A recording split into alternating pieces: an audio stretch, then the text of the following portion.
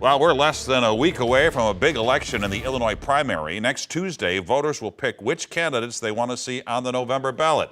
And as we get closer to Decision Day, our political editor Mark Maxwell is previewing the candidates in the biggest races with the biggest prize, governor. And Mark is here with a spotlight on the Republican primary race. Yeah, Mike, it's getting heated in these days right before the election. Polls showing Darren Bailey, the downstate senator, jumping out to a late lead in a crowded field of 6 candidates. We caught up with several others of his rivals trying to close that gap down the stretch.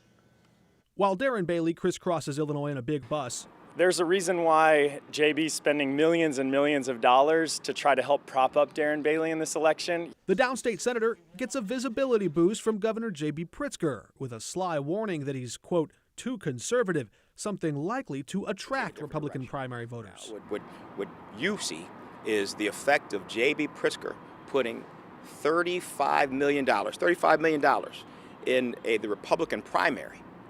It's never happened in the history of this country. The Democrat meddling in a Republican primary, $35 million. With big backing from Chicago billionaire Ken Griffin, Aurora Mayor Richard Irvin was once considered a front-runner, but now polls show him as a $52 million underdog. He's pleading with primary voters not to fall for Pritzker's ploy. So what is clear is he lifting up Darren Bailey. A vote for Darren Bailey is a vote to re-elect J.B. Pritzker. As Irvin looks to gain ground against Bailey, Jesse Sullivan sees a chance to pass them both. All I know is we are surging. As people have seen that Richard Irvin is a fraud, doesn't actually hold conservative values, he's tanking. Whenever people are looking at Darren Bailey saying he can't win, he also, property taxes, raised them 14 times in the highest property tax state in the nation. A mix of recent polls show Gary Rabine's campaign struggling to gain support. Well, we're the only ones that aren't funded by billionaires and millionaires or funded by the Democratic Governors Association.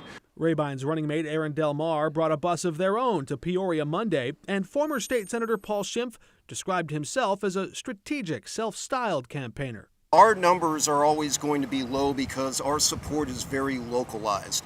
We do not have a billionaire benefactor, so we are not trying to run a uniform campaign throughout the state.